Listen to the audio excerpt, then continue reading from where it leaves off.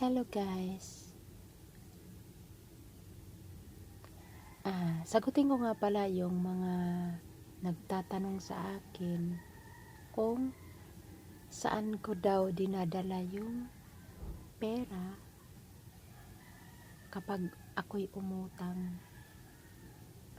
Alam nyo guys, kaya ako nakakautang dahil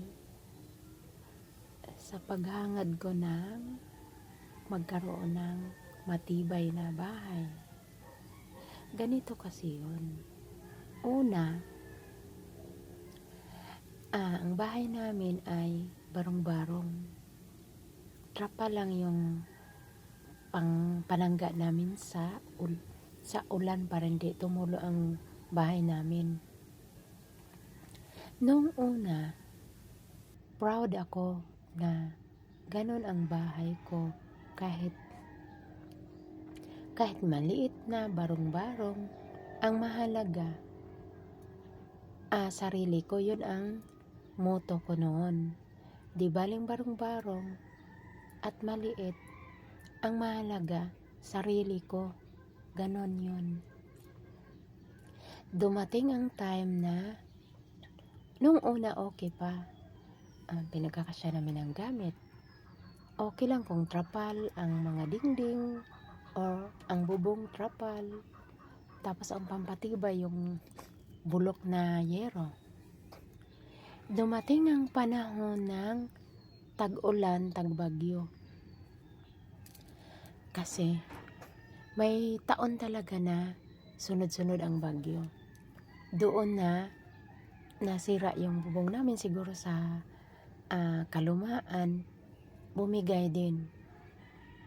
Sino ba namang taong gustong matulog na nababasa kayo, hindi kayo makakatulog talaga kahit anong antok nyo? Dahil syempre tumutulo yung bubong mo. Tapos mangangarap ka ngayon na ipaayos. Alang alamang yung kapitbahay mo ang mangarap mag-ayos. Ikaw talaga bilang single mother, ako talaga magpaplano na ipaayos.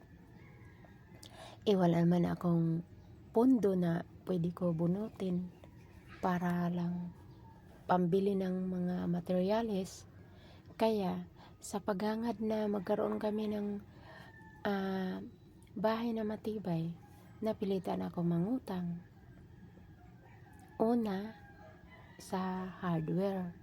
Syempre, pag nakautang ka sa hardware, obligado ka talaga na bayaran kasi nakakaya naman. Nakakaya talaga dahil tinulungan ka na makautang tapos yun nga, alangan naman di mo bayaran agad. Ganon. Ito lang muna guys ang kwento ko at sana sa mga nagtatanong mapapanood nila ito. See you next video guys. Part 1 pa lang to ng aking true story.